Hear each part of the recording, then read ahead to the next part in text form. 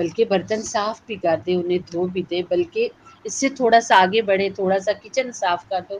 اس سے کیا ہوگا، امی تو تھکی ہوئی تھی نا، انہوں نے گرمی میں روٹی بھی بنائی، ہانڈی بھی بنائی، سبزی بھی کاٹی۔ بعض اوقات گھروں میں ایسے بھی ہوتے ہیں سلسلے کہ مائیں خود ہی جا کر بازار سے سبزی خرید کے لاتی ہیں، تو کتنی تھکن ہوتی ہے۔ آپ نے ساتھ یہ کام نپٹا دیا تو آپ کو بہت ثواب ملے گا، اور بچیوں یہ کرنے کے کام ہے۔ اور دیکھو، اس سے آپ کے اندر ایک سنجیدگی آئے گی، سگڑ پن آئے گا۔ کام کاج کرنے والی بچی جو ہوتی ہے وہ بہت اچھی ہوتی ہے۔ آپ دیکھو، اگر بیٹیوں کے لیے کام کاج کرنا برا ہوتا، اچھا نہ ہوتا، تو اللہ کی رسول علیہ الصلوۃ والسلام کی بیٹی جو کائنات میں سب سے بڑی خاتون ہے انبیاء کے بعد، اور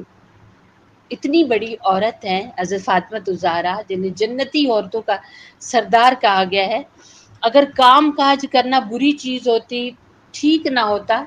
تو سیدہ فاطمہ کبھی کام نہ کرتی۔ ان کے کاموں کا تو یہ عالم ہے کہ ان کے ہاتھوں میں زخم بن گئے تھے، چل چل کے دور سے کھیت سے اپنے جانوروں کے لیے گھاس وغیرہ لانا، اور پانی پلانے لے جانا جانوروں کو، اور پانی بھر کے لانا، اس کا یہ اثر پڑا ان کے جسم پر کہ ان کا جسم زخمی ہو گیا۔ تو اللہ کی رسول صلی اللہ علیہ وسلم کے پاس کچھ غلام وغیرہ، نوکر وغیرہ آئے، تو یہ چلی گئی اللہ کے رسول علیہ السلام سے کچھ اپنے مددگار بھی، ہمیں کوئی مددگار دے دے، کوئی معاون دے دے۔ تو جب وہ اللہ کے رسول علیہ السلام کے پاس گئیں تو آپ علیہ السلام نے فرمایا کہ اے فاطمہ، تجھے میں ایسی چیز نہ دوں جو دنیا اور آخرت میں تجھے فائدہ دے؟ تو کہنے لگی، اللہ کے رسول علیہ السلام، میں آپ پر قربان جو مجھے وہ چیز دیجیے جو مجھے دونوں جہانوں میں فائدہ دے۔ تو آپ نے فرمایا کہ ہر نماز کے بعد تو 33 دفعہ سبحان اللہ پڑھا کر، 33 دفعہ الحمدللہ، اور 33 دفعہ اللہ اکبر پڑھا کرو، اور پھر رات کو بھی یہ پڑھا کرو، اور یہ غلاموں سے زیادہ بہتر ہے، نوکروں سے زیادہ بہتر ہے۔ آپ دیکھو کہ اللہ کی رسول صلی اللہ علیہ وسلم جو دنیا میں اللہ کے بعد سب سے بہترین ہے، آپ سے زیادہ کوئی بہترین نہیں ہے، کوئی پیارا نہیں ہے، کوئی اونچی شان والا نہیں ہے۔ آپ وقت کے نبی ہیں اور بادشاہ بھی ہیں، لیکن آپ اپنی پیاری بیٹی کو نوکر نہیں دے رہے، بلکہ آپ کیا دے رہے ہیں، ان کو سبق دے رہے ہیں کہ آپ نے یہ سبق پڑھنا ہے۔ تو گویا کام کرنا بہت اونچی شان ہوتی ہے۔ اللہ کے رسول السلام کے ایک ایک طریقے کا جو ثواب ہے وہ اتنا ہے کہ جیسے کہتے ہیں کہ 600 شہید، مطلب شہید ہو جائے اللہ کی راہ میں، تو جتنا ان کو ثواب ملتا ہے، جتنا ان کا ثواب ہے، اتنا ہی اللہ کے رسول علیہ السلام کے ایک کام پر عمل کرنے کا ثواب ہے۔ آپ صلی اللہ علیہ وسلم نے یہ فرمایا کہ اپنی بیٹیوں کو، اپنی بچیوں کو، اپنی عورتوں کو یعنی سینہ اور پرونا سکھاؤ، یعنی گھر کے، اس کا یہ مفہوم ہے کہ ہم گھر کے کام کاج کرنے سکھاؤ بچیوں کو۔ جی، اچھا کھانا بنانا آتا ہو، ظاہر ہے ابھی جب آپ چھوٹے بے شک ہے، بجائے اس کے کہ امی کام کر رہی ہیں اور آپ لے کر موبائل بیٹھی ہوئی ہیں، یا آپ گھومنے چلی گئی ہیں، یا آپ اپنی سہیلیوں کے ساتھ لگی، آپ کب سیکھیں گے؟ آپ کو کب آئے گا؟ آپ اگر سوچیں نا تو آپ کے گھر میں کام کاج جو آپ کی ماں کر رہی ہے نا، اپنے وقت میں وہ سب سے زیادہ لاڈلی تھی، اپنے ابو کی، اپنی امی کی اتنی لاڈلی ہوں گی کہ بندہ تصور بھی نہیں کر سکتا۔ لیکن آج کیا ہے کہ انہیں آرام سے بیٹھ کر کھانا کھانا نہیں ملتا۔ وہ اپنا نیا کپڑا اگر پہن لیتی ہیں تو پل بھر میں گندا ہو جاتا ہے، گھر کے کام اتنے ہیں۔ آج آپ کی ماں جس جگہ پر ہے، کل آپ نے اس جگہ پر آنا ہے۔ آپ جتنے ہمارے بچے ہیں، ہمارے لڑکے ہیں، تو آپ یہ سوچیں، لڑکے یہ سوچیں کہ ان کی جو ابو ہیں وہ اپنے والد کے لیے، اپنی امی کے لیے، اپنے بہن بھائیوں کے لیے سب سے پیارے ہوں گے اپنے وقت میں۔ لیکن آج کیا ہے کہ وہ ایک وقت تھا، اپنی پسند کی چیزیں خریدنے جاتے تو ڈھیروں پیسے لگ جاتے تھے،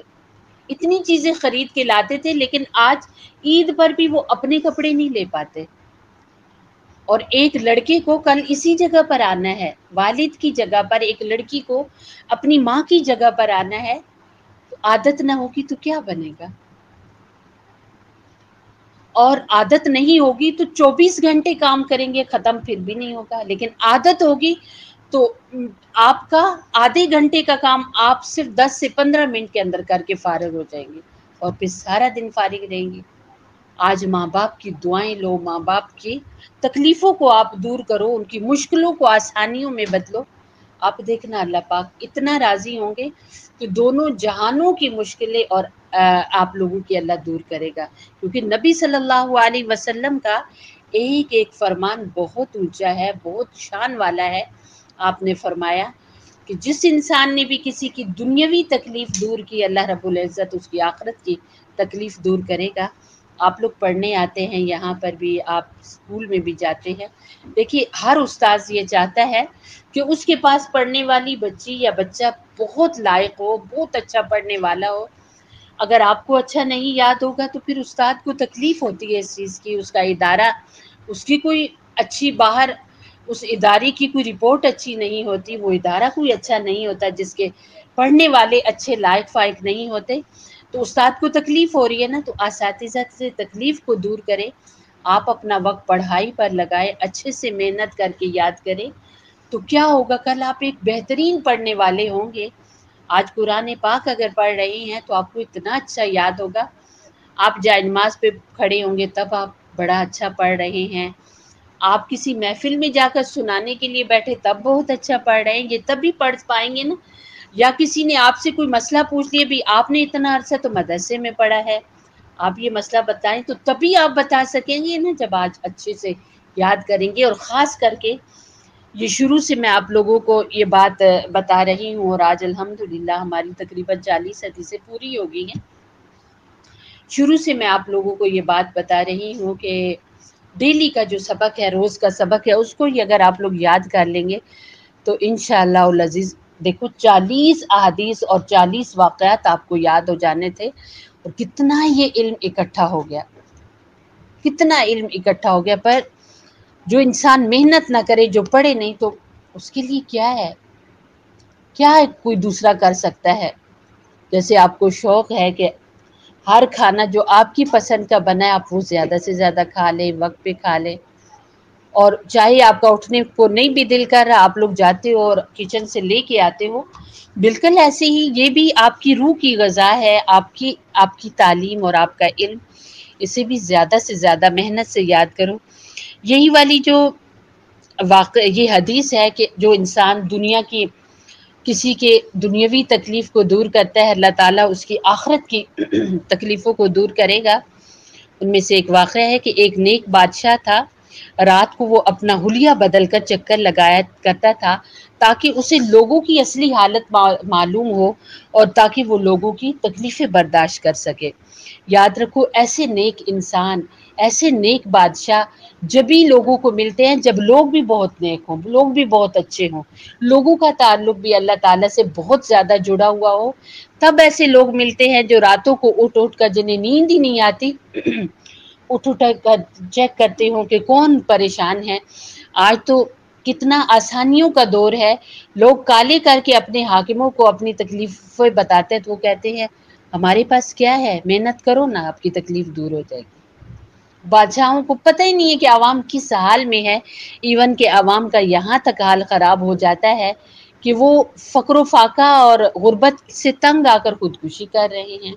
غربت سے تنگ آ کر اپنے بچوں کو قتل کر رہے ہیں۔ ایک وقت تھا جب نیک لوگ تھے تو اللہ تعالیٰ اتنے اچھے بادشاہ دیتے تھے کہ وہ راتوں کو اٹھ کر نیند نہیں انہیں آتی تھی کہ پتہ نہیں لوگ کس حال میں ہوں گے۔ تو کہتے ہیں کہ سردیوں کی راتیں تھی اور وہ بادشاہ کسی ویرانے میں کے پاس سے گزرا، ویرانے میں مطلب جگہ تھی، کوئی مکان تھے، وہاں سے گزرے وہ بادشاہ سلامت، انہیں وہاں سے نا دو بندوں کے بولنے کی آواز آئی، کان لگا کر سنا تو ایک آدمی کہہ رہا تھا لوگ بادشاہ کو خدا ترس کہتے ہیں، مگر یہ کہاں کی خدا ترسی ہے کہ وہ تو اپنے محلے میں نرم بستر پر سو رہا ہے، مسافر جنگل کی ان برفانی ہواؤں میں مرے۔ خدا کی قسم اگر قیامت کے دن وہ بہشت میں بھیجا گیا، جنت میں بھیجا گیا تو میں اسے کبھی نہیں جانے دوں گا۔ دوسرے نے کہا ارے بھائی، حکومت میں خدا ترسی کہاں؟ تو یہ باتیں سن کر بادشاہ واپس آیا اور محل میں پہنچ کر حکم دیا کہ 2 غریب مسافر جو شہر کے باہر فلاں جگہ پڑے ہوئے ہیں انہیں اسی وقت لاؤ اور کھانا کھلا کر آرام سے سلا دو۔ چنانچہ فوراً یہ حکم مانا گیا۔ صبح جب دن چڑھا تو بادشاہ نے مسافروں کو بلا کر کہا، بھائیو، شہر کے باہر تمہیں تکلیف تو ضرور ہوئی، مگر یہ تمہارا قصور تھا کہ 11 بجے رات تک بھی شہر میں نہ آئے اور دروازہ بند ہو گیا۔ پھر بھی میں نے آج شہر کے باہر ایک سرائے بنانے کا حکم دے کر تم سے صلح کر لی۔ امید ہے کہ تم بھی اب قیامت کے دن مجھ سے دشمنی نہیں کرو گے۔ اللہ، کتنی بڑی بات ہے! یعنی بادشاہ نے ان کو کھانا بھی کھلایا اور اسے اتنا ڈر ہوا کہ یہ لوگ تو قیامت کے دن میری جنت میں جانے سے رکاوٹ بن جائیں گے۔ تو بادشاہ نے ان کی غلطی انہیں یاد دلائی کہ 11 بجے تمہیں آبادی کے اندر آنا چاہیے تھا نا، مین گیٹ بند ہو گیا، اس میں ہمارا کوئی قصور نہیں، پھر بھی مسافر خانہ ہم بنوا رہے ہیں اس وجہ سے کہ قیامت کے دن آپ کی اور ہماری دشمنی بن کر آپ ہمیں جنت سے نہ روک دو۔ تو کہتے ہیں کہ مسافروں نے اب شرمندگی سے اپنا سر جھکا لیا اور بادشاہ وقت کے گیت گاتے رہے۔ اور پھر نبی صلی اللہ علیہ وسلم کی یہ حدیث ہے نا کہ جس انسان نے کسی انسان کی دنیاوی تکلیف دور کی، اللہ آخرت کی اس کی تکلیفیں دور کرے گا۔ تو بچیوں اور بچوں، آخرت میں تو ایسی کٹھن تکلیفیں ہیں جن کا ہم تصور بھی نہیں کر سکتے، بہت مشکل ہے، بہت سخت تکلیفیں ہیں۔ ہمارے پیارے نبی صلی اللہ علیہ وسلم کے ساتھ بہت پیار کرنے والے آپ کے چچا حضرت ابو طالب تھے، جو کہ مسلمان نہ ہو سکے، اسلام نہ لائے۔ اللہ کے رسول علیہ السلام قدم قدم پہ دعوت دیتے رہے، ایون کہ آخری وقت آ گیا۔ حضرت ابو طالب کی حالات زندگی اگر پڑھیں تو وہ اتنے پیار کرنے والے انسان تھے اور اتنے پیار اور چاہت کر رکھنے والے ہمارے نبی صلی اللہ علیہ وسلم کے چچا تھے کہ کسی پل بھی اپنے بھتیجے کو یوں اکیلا نہیں چھوڑتے تھے، ساتھ ساتھ رہتے تھے، لیکن اسلام قبول نہیں کیا۔ آخری وقت میں بھی ہمارے نبی صلی اللہ علیہ وسلم آئے اور کان میں کہا کہ آپ نہ میرے کان میں کلمہ پڑھ دیں۔ قیامت کے دن آپ جب کھڑے ہوں گے نا، اللہ پوچھیں گے نا آپ نے کلمہ پڑھا تھا یا نہیں، تو آپ کہیں گے میں نے پڑھا تھا۔ تو اللہ پوچھیں گے کوئی گواہ لاؤ، تو میں کھڑا ہو کے کہوں گا کہ میرے کان میں انہوں نے کلمہ پڑھا تھا۔ تو ان کی نا آنکھوں میں آنسو آ گئے اور کہنے لگے کہ اے میرے بھتیجے، زندگی بھر نہ تیری ہر بات مانی ہے، اور جس چیز سے تجھے تکلیف ہو میں نے کبھی وہ کام نہیں کیا،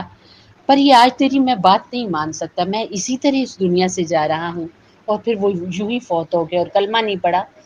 ان کے بارے میں آتا ہے کہ اللہ کے رسول علیہ السلام ایک بار بتا رہے تھے اور فرما رہے تھے کہ دنیا میں سب سے آسان عذاب، آخرت میں دوزخ کے اندر سب سے آسان عذاب میرے چچا کو ہو رہا ہے۔ وہ کیا آسان عذاب ہے کہ میرے چچا کو آگ کی جوتیاں پہنائی گئی ہیں، بس ان کو صرف آگ کی جوتیاں پہنائی گئی ہیں۔ اور پھر آپ نے بتاتے ہوئے فرمایا کہ اس کی وجہ سے ان کا دماغ ایسے کھول رہا ہے جیسے ہنڈیا چولہے کے اوپر کھولتی ہے، ابلتی ہے، اور پھر وہ عذاب وہ ایسا محسوس کر رہے ہیں، وہ سمجھتے ہیں کہ دوزخ میں ان سے سخت عذاب کسی کو نہیں ہو رہا۔ آپ صلی اللہ علیہ وسلم نے فرمایا حالانکہ میرے چچا کو سب سے ہلکا عذاب ہو رہا ہے۔ تو آپ دیکھو کہ دنیا کی تکلیف انسان جب کسی انسان کی دور کرے گا تو اللہ آخرت کی تکلیف دور کرے گا۔ تو اس کا ایک بہترین سا حل ہے آج کی ہماری یہ خوبصورت سی حدیث۔ انشاءاللہ حدیثوں کے تو سلسلے آگے چلیں گے۔ تو یہ جس بک سے ہم لوگ مطالعہ کر رہے تھے اور یہ شیئر ہو رہی تھی احادیث، آج یہ کتاب بچوں کی 40 احادیث کے نام سے ہے، یہ کمپلیٹ ہو گئی ہے، اس کی یہ آخری حدیث ہے۔ تو اللہ رب العزت سے دعا بھی ہے کہ اس بابرکت کتاب کے صدقے سے اللہ ہم سب کو اور ہر سننے والے کو اللہ رب العزت ان تمام واقعات اور ان تمام احادیث پہ عمل کی توفیق دے۔ تو یہ جو آخری ہمارا یہ آج کا جو یہ سلسلہ ہے اس کتاب کا، یہاں بھی ایک چھوٹی سی ٹپ اپنے سب کے لیے آج چنتے ہیں، وہ یہ ہے کہ ہر روز نہ ہر بچہ اور بچی اپنے لیے ایک کام چن لے کہ میں آج کسی نہ کسی کی کوئی نہ کوئی تکلیف دور کروں گی۔ آپ دیکھو دن مہینے کے 30 دن گزریں گے، آپ نے 30 تکلیفیں دور کی ہوں گی، آپ کی آخرت میں 30 تکلیفیں آپ سے دور کر دی جائیں گی۔ اور یاد رکھو جو دنیا میں کسی کے کام آتا ہے اللہ اس کی دنیا میں بھی کام آتا ہے، اور جو آخرت میں کسی کے دنیا میں کسی کے کام آتا ہے آخرت میں بھی اللہ رب العزت اس کے کام آتا ہے۔ اور یہ تکلیف دور کرنے کی ایک اس سے بھی آسان جو ٹپ ہے وہ یہ ہے کہ دیکھو ہمارے کتنے کلمہ گو دنیا سے چلے گئے ہیں، وہ اب نہیں ہے، ہم ہیں۔ اب وہ کچھ بھی نہیں کر سکتے، کوئی بھی اپنے لیے نیکی نہیں کما سکتے، ہم ہیں، ہمارے پاس وقت ہے، اللہ رب العزت نے ہمیں وقت دے رکھا ہے، تو ہم ان کے لیے کچھ بھی پڑھ لیں۔ آپ پہلا کلمہ تھوڑا سا پڑھ لیں، کبھی آپ قل شریف 3 بار پڑھ لیں، قل هو اللہ احد، آپ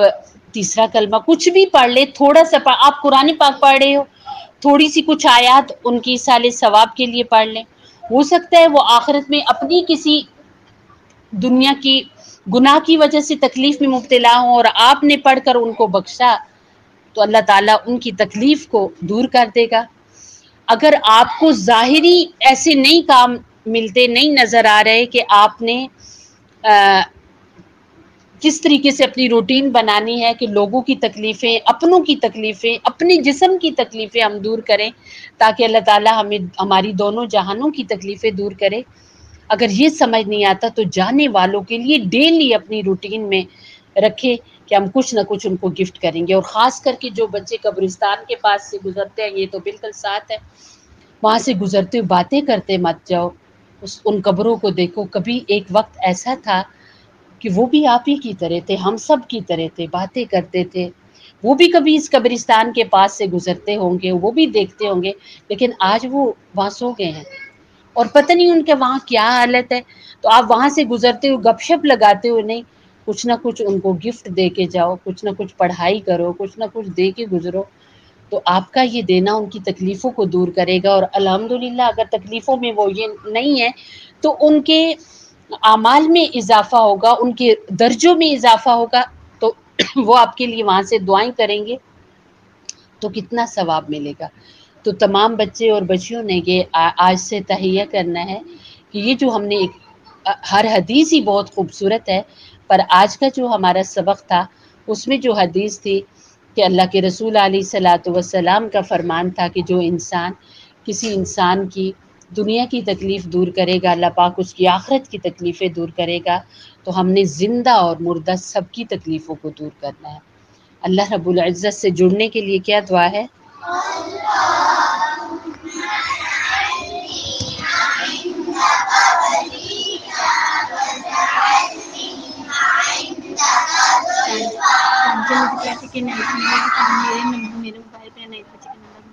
جی،